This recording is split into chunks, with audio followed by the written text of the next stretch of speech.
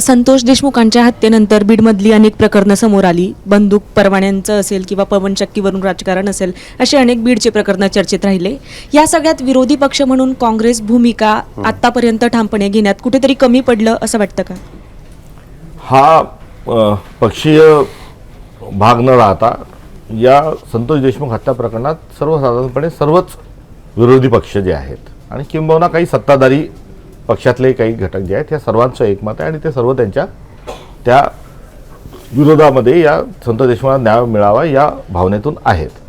आता त्यामध्ये दोन अंग आहे. एक महाराष्ट्रभर त्या मागणीच्या अनुषंगाने होत असणारे प्रयत्न आणि एक बीड जिल्ह्यातला अंतर्गत त्या संदर्भातली एक होत असणारी मागणी आहे. त्या अंतर्गत मागणीमध्ये तिथला सामाजिक जो तानाबाना आहे त्याचे फार मोठं रिफ्लेक्शन त्या ठिकाणी आहे.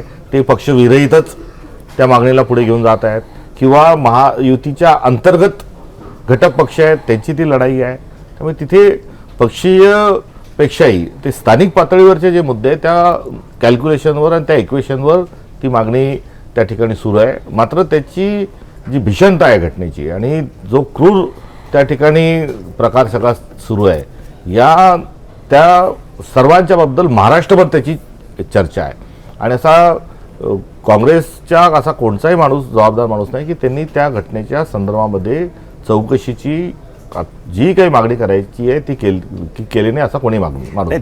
प्रश्न तिचा असा आहे की काँग्रेस रस्त्यावर का नाही दिसत अशा गोष्टींवरती आक्रमक का दिसत नाही? हेच जर भाजप असतं ना तर आतापर्यंत त्यांनी सरकारला सळोके पळो करून सोडलं असतं अक्षरशः. ते सळोके पळवता आता सगळं तिथे मोठे मोठे मोर्चे निघाले. काँग्रेसने केलं का नाही केलं, काँग्रेसने काय केलं हा हिशोब आपण विचारताय त्याचं उत्तर मला देता येईल. मात्र एवढे मोठे आंदोलनं तिथे होतात आहे, लोक रस्त्यावर उतरतात आहेत, 5-5 तास ट्रॅफिक जाम होतोय, रोज मीडियावर त्याची चर्चा आहे, तरी मंत्री महोदयांचा राजीनामा नाही. हा म्हणजे नैतिकता जो मूल ऐरणीवरचा जो प्रश्न असला पाहिजे, नैतिकता सरकारची नैतिकतेच्यावर जो प्रश्नार्थ चिन्ह निर्माण झालेलं आहे त्याचं काय? कारण पहिले रेल्वे मंत्री लालबहादूर शास्त्री असताना एक रेल्वेचा अपघात झाला आणि त्यांनी सांगितलं की मी रेल्वे विभागाचा मंत्री आहे, माझी नैतिक जबाबदारी आहे, माझ्या विभागाच्या चुकीमुळे ॲक्सिडेंट झाला, मी राजीनामा देतो.